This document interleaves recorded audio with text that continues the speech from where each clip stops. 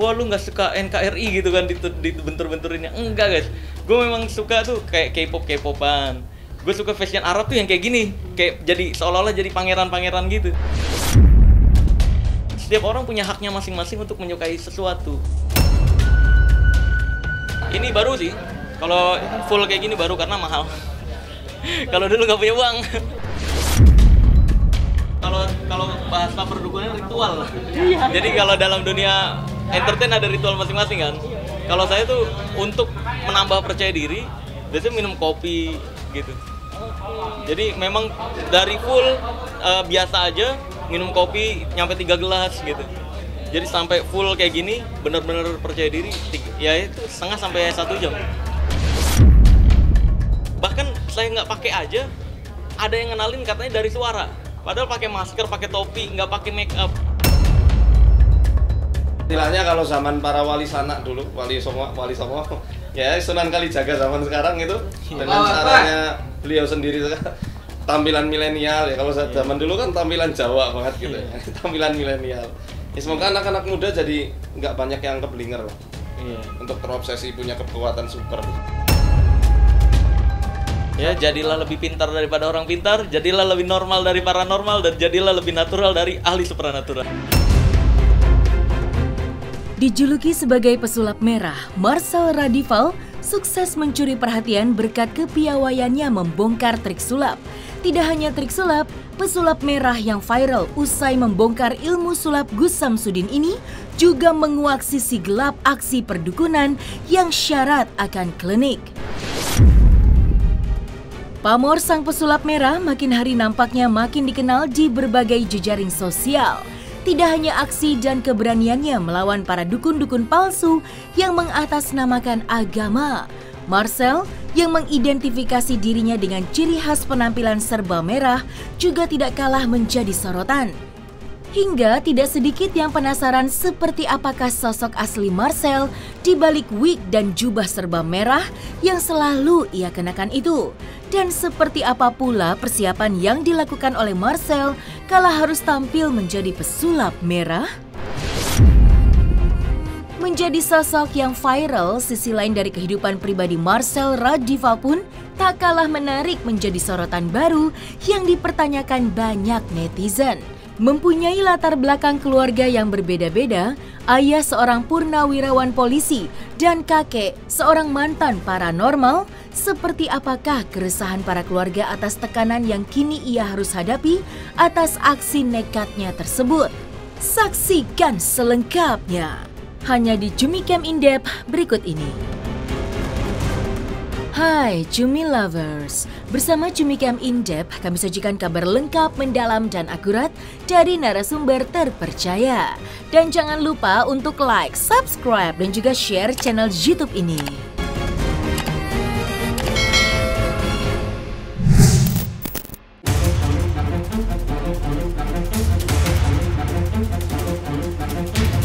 Belakangan ini nama pesulap merah memang sedang ramai diperbincangkan oleh publik. Ini tidak lain karena keberaniannya membongkar trik pemimpin perguruan di Blitar bernama Gus Samsudin yang diduga menggunakan sulap berbau perdukunan. Tidak sampai di situ saja, pemilik nama asli Marcel Radival ini bahkan sampai mendatangi padepokan Gus Samsudin untuk mendapatkan sebuah pembuktian ritual yang dilakukannya. Namun, kedatangannya justru dipersulit hingga terlibat konflik yang berkepanjangan hingga harus masuk ke ranah hukum. Dan sejak itu, banyak orang yang penasaran dengan sosok asli dari seorang Marcel yang selalu tampil unik dengan identik serba merah. Belakangan, penampilan unik Marcel lainnya tidak kalah menyita publik dengan menggunakan sorban dan gamis hitam panjang dalam sebuah pertunjukannya. Hal itu pun menjadi pertanyaan publik, seperti apa sebenarnya konsep dari setiap penampilan Marcel? Adakah pesan khusus yang ingin ia ciptakan dalam setiap penampilannya yang ikonik dengan ilmu merahnya itu?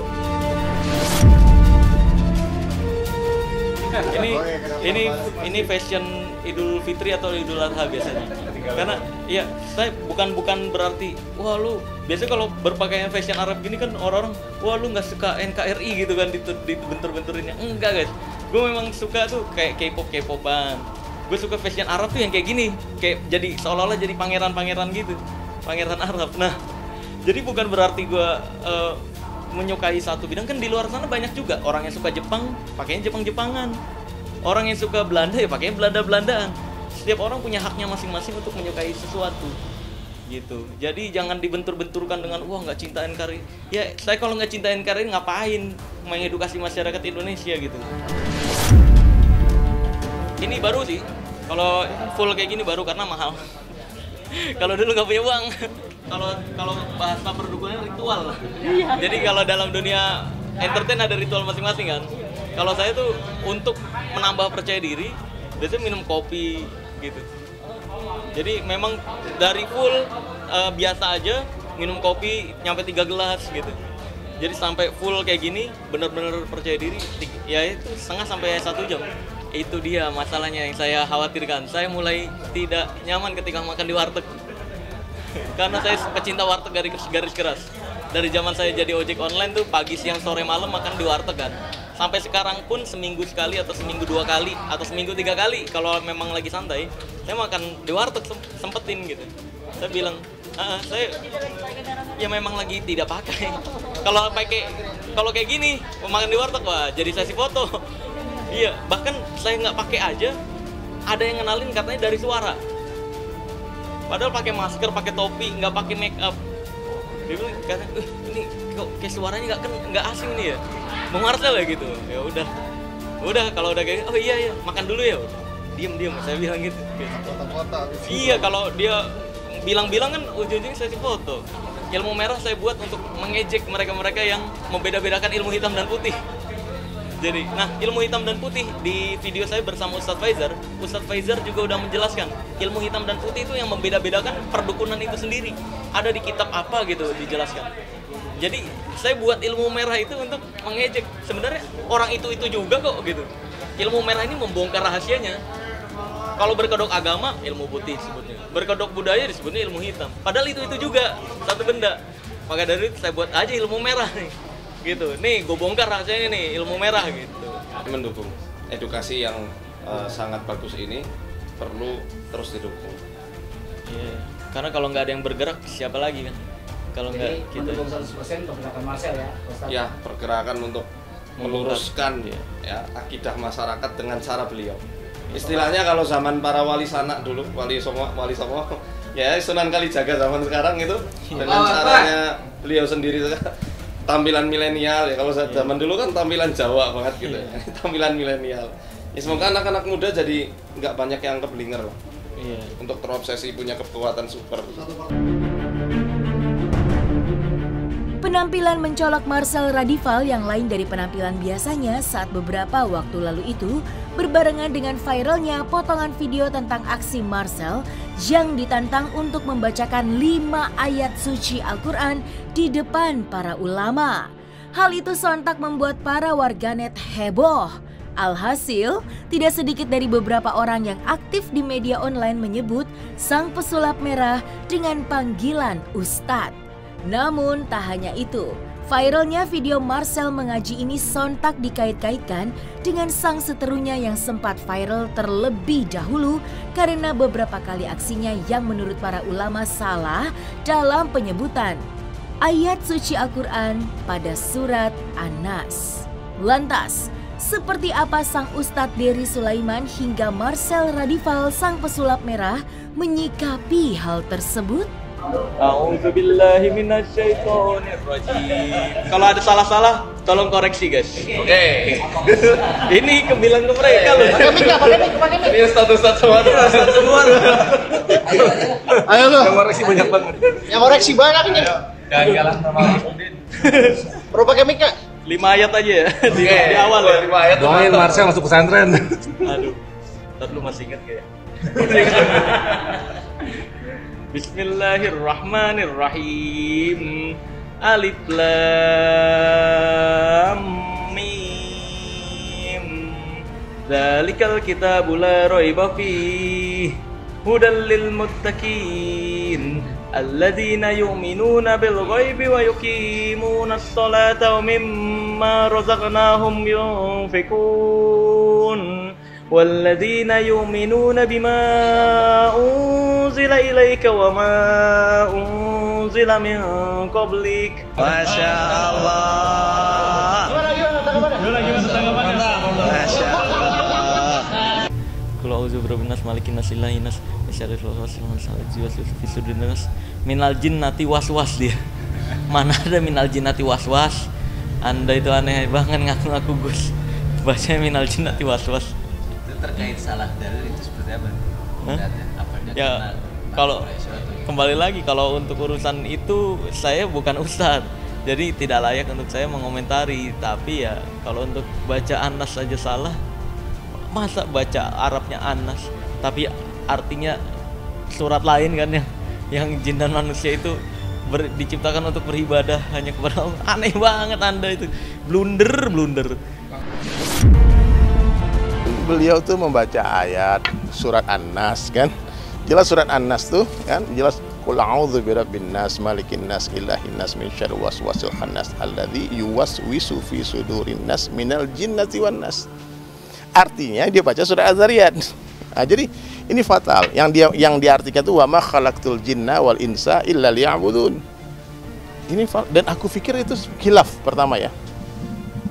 Tapi ternyata di dua konten yang berbeda dengan materi yang sama, mengulangi lagi kesalahan itu.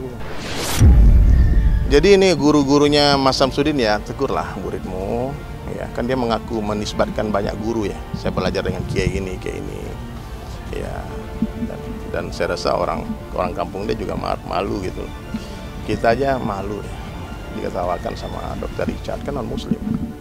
Denny Sumargo juga non Muslim. Jadi aku rasa ya udahlah jadi pelawak aja. Jadi artis nggak apa-apa. Kita oke fine aja kalau dia viral, dia terkenal ya. Kita nggak ada hasad, nggak ada. Pokoknya Gus pernah manggil beliau Gus Samsudin, channel beliau juga beliau mau manggil dia Gus kan. Ya, kalau Marcel panggil dia Mas ya, Mas Samsudin, Mas Udin. Tawadhu lah, be humble, letakkan diri di bawah rumput. Nah, itu yang diajarkan agama. Yang penting sudahlah minta maaf, bertaubat kepada Allah, selesai masalah. Bilang aku bukan ustadz, aku bukan kiai, bukan ulama, aku nih YouTuber, aku malah mendukung dia jadi pelawak. Kalau dia jadi pelawak, aku ikuti konten dia, itu lucu soalnya. Nah, dia orangnya lucu, unik, aneh gitu. Kita Indonesia ini kan perlu orang-orang seperti itu sebagai hiburan kan, biar nggak panik terus kan. Nah, tapi kalau udah bawa-bawa Al-Quran, bawa-bawa agama, hati-hati, sensitif. Ingat dulu ada orang yang menerjemahkan ayat Al-Quran salah tafsir kan, masuk penjara kan. Ini ayatnya salah, nama surahnya salah, cara bacanya salah. Jadi dia bisa dibilang penistaan agama. Nah, itu, ya, aku nggak sejauh itu ya. Mungkin dia karena bodoh aja, karena nggak ngerti aja gitu, mungkin nggak tahu caranya. Kalau aku sih mendoakan aja dia ya. Allah berikan Iya. hidayah untuk merenung ya. Iya, insya Allah. Ini suatu lagi nih lah, aku bikin konten. Komentar mungkin belasan ribu ya, itu 99,9% caci maki dia. Iya. Mestinya orang kalau dia sehat, ya, dia tuh bertaubat, dia berubah, bukannya dia semakin aku nih, kalau harus aku harus dibilang orang gila, hebat, aku dibilang. Jadi oke lah, itu mungkin teknik beliau untuk mendapatkan popularitas di dunia ya. Ya sah-sah saja. Aku bilang berkali-kali kalau dia memang memilih jalur itu untuk mendapatkan fame ini, oke. Tapi tolong jangan bawa agama deh gitu. Nah itu. Jangan bawa agama, karena kalau udah bawa ayat-ayat Al-Quran, bawa salawat, itu akan ada ratusan juta bahkan miliaran umat Islam yang akan merasa agamanya diganggu gitu. Nah, kalau dibahas-bahas ada beberapa konten yang bilang Rasulullah pernah bersalah macam-macam. Nah, itu kalau dilaporkan itu masuk penistaan agama. Iya betul. Cuman aku pikir Bang Marcel, melaporkan dia sama seperti melaporkan orang sakit, susah. Jadi aku bilang mungkin doakan kita bawa ke psikiater lah. Iya, gitu. psikiater. Ya karena jujur kalau dia memang benar-benar ingin mendengarkan nasihat, kan dia punya guru. Iya, harus. Pasti gurunya menasihati dia. Harusnya ya. Pasti keluarganya, istrinya menasihati. Atau mungkin gurunya udah menasihati mungkin ya. Tapi seperti kita menasihati dia gitu, tetap aja nggak didengar. Kita dianggap mencari musuh, tidak. Iya, ada nggak? Aku sendiri nggak ada interest apa-apa. Iya. Aku mau bikin konten pun karena ditanya orang apa pendapat Bang Deddy, aku bikin konten. Iya. Aku bukan ratusan video Iya, aja. Iya. Kok gini ya, kok gini ya, kok gini ya. Terlepas dari itu semua terkait perseteruannya dengan Gus Samsudin, ternyata hal itu sempat membuat para keluarga bahkan sang istri Tika Mega Lestari sempat menunjukkan rasa khawatirnya atas setiap aksi yang dilakukan oleh Marcel dalam membongkar trik-trik perdukunan yang mengatasnamakan agama. Memiliki latar belakang keluarga yang berbeda-beda, namun, tidak semuanya mendukung aksinya tersebut. Terlebih sang istri yang sering mengingatkan, bahkan menegur untuk berhenti berseteru dengan para dukun-dukun palsu. Namun, Marcel tetap berkeyakinan bahwa ilmu pengetahuan yang ia miliki saat ini adalah sebuah titipan Tuhan yang Maha Kuasa.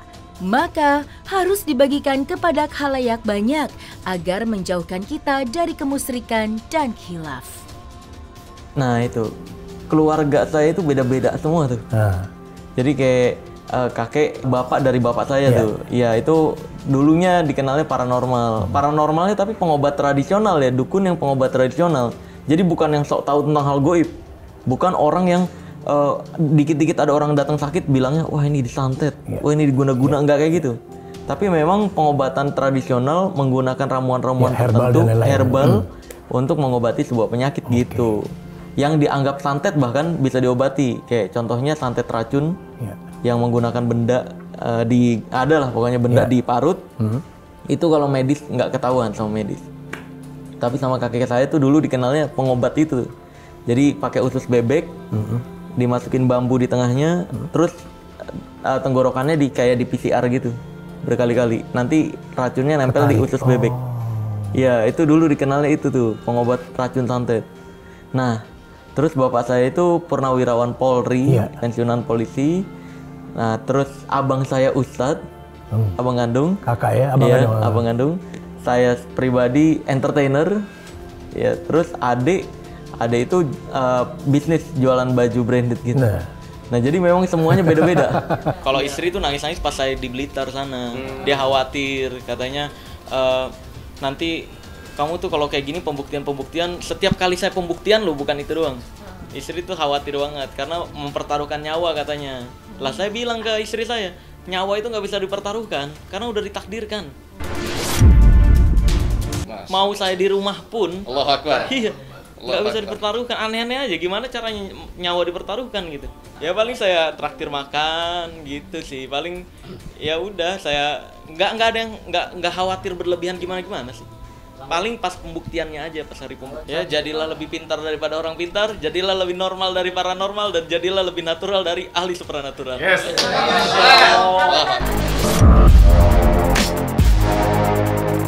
Selesai sudah Cumi Lovers? Bersama Cumi Camp In Depth, kabar lengkap, mendalam, dan akurat dari narasumber terpercaya. Dan jangan lupa untuk like, subscribe, dan juga share channel YouTube Cumi Cumi.